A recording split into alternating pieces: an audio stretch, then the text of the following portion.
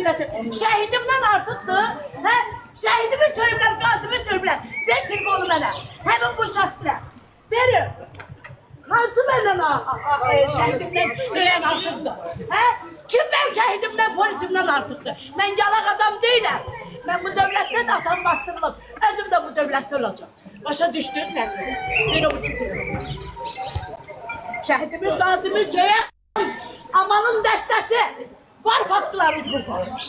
Erman dayı burada donandı. 25 yıl öldüyse burada. Arzuma 5 il 2 ay həbs cəzası verildi. Məhkəmə zalından həbs olundu.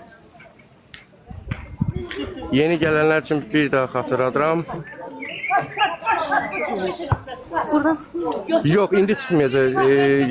Yəqin ki, günortadan sonra aparılacaq. İki uşağı körpədir, ikizdirlər. Biri ağır xəstəsidir. Və müstəntim gəliblər ifadə vermir. Demişdi, bəli.